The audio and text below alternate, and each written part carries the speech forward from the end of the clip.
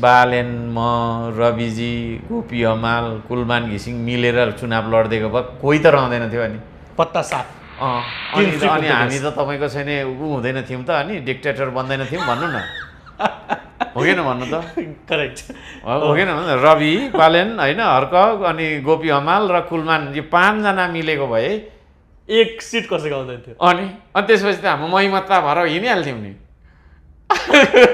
त्यो हुन्थ्यो सम्भावना थियो तपाईहरु 5 जना मिलेको भए अरु कसैको सिट आउँदैन थियो जनमतले त त्यही भनेको थियो नि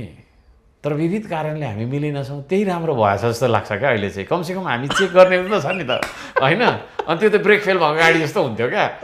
गएको छ ब्रेक छैन हो यता हेऱ्यो सत्ता उता हेऱ्यो सत्ता यता हेऱ्यो सत्ता सबै सत्तै सत्ता अनि प्रचण्डजी जस्तो मान्छे पनि हार्नुहुन्थ्यो तपाईहरु मिलेर हारिहाल्नुहुन्थ्यो नि हामी 5 जना मिलेको हार्दैनथ्यो त हामीले लिएको मतहरू गर्नु त है अझै हाम्रो गोपी सर त आउनै भएको छैन होइन उहाँ पनि एकदम धेरै तपाईँको पब्लिकले मन पराएको फिगर हो आजको नेपालको यो 5 वटा अनुहारले चाहेमा जे पनि हुन्छ होइन हामी एक ठाउँमा आएको भए त त्यस्तो हुन्थ्यो तर त्यो नआएकै तपाईँको चाहिँ बहुदलीय सिस्टम र यो एक ठाउँमा चेक एन्ड ब्यालेन्स यो लोकतान्त्रिक जुन हुन्छ नि सत्तापक्ष प्रतिपक्ष भन्ने कुरा बच्यो यही जे हुन्छ राम्रै हुन्छ भन्थ्यो हो जस्तो लाग्छ क्या सोच्दाखेरि हो कि भन्नु त त्यो हामीले अहिले अनुभव गर्दैछौँ है बिस्तारै अनि मेरो प्रश्न अन्तिम त्यो थिएन मेरो प्रश्न के थियो भने भोलिको दिनमा बालेन्द्र शाह बालेन र हर्क साम्पाङ एउटै रथमा सवार हुन सक्छन् तपाईँ सत्तातिर आउन सक्नुहुन्छ सत्तातिर त मैले त्यो अहिले सोचेको छैन किनभने हामीले म्यान्डेट त्यो होइन म्यान्डेट त्यो होइन तर अब त्यही हो परिस्थितिले के हुन्छ होइन सबै कुरा तपाईँको चाहिँ के अरे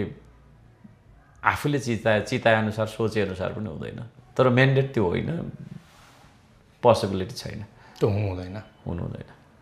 तर राजनीतिमा सबै कुरा नै सम्भव हुन्छ भन्ने कुराहरू होइन देखिएको छ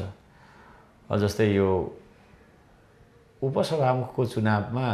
रासपाले हामीलाई भोट हाल्छ भन्ने कसैले सोचेको थिएन नि तपाईँले पनि सोच्नु भएको थिएन अलिअलि सोचेको थिएँ किनभने मलाई थाहा थियो के थाहा थियो भन्दाखेरि उहाँहरू नयाँ हो अनि त्यो कुरामा मैले अलिकति उहाँहरूलाई थोरै एउटा स्टेटस मार्फत झल्झकाएको जस्तो गरेको थिएँ नयाँलाई साथ दिँदो रहेछ कि पुरानोलाई साथ दिँदो रहेछ हँसाउनुहुन्छ होइन हेर्दैछु मैले अब भनेर लेख्नु भएको त्यस्तो छ त्यसले गर्दाखेरि त्यो तर हामीले म्यान्डेट सरकारमा जाने होइन हामी एउटा गुड अपोजिसन भएर सपोर्टिङ अपोजिसन भएर तर सधैँभरि सपोर्टिङ मात्रै नभएर कहिलेकाहीँ अब यस्तैहरू कुराहरू होइन खोचे थाप्दै पनि होइन प्रश्न गर्दै पनि हामी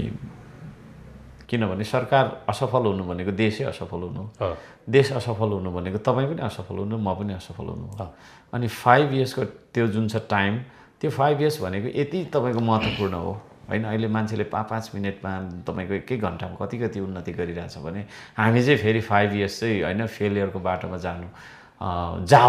जानुपर्छ भन्ने मन चाहिँ म चाहिँ राख्दिनँ त्यो छ त्यसले गर्दाखेरि त्यो 5 वर्षलाई हामीले सदुपयोग गर्नुपर्छ थ्याङ्क यू सो मच हुन्छ धन्यवाद नमस्ते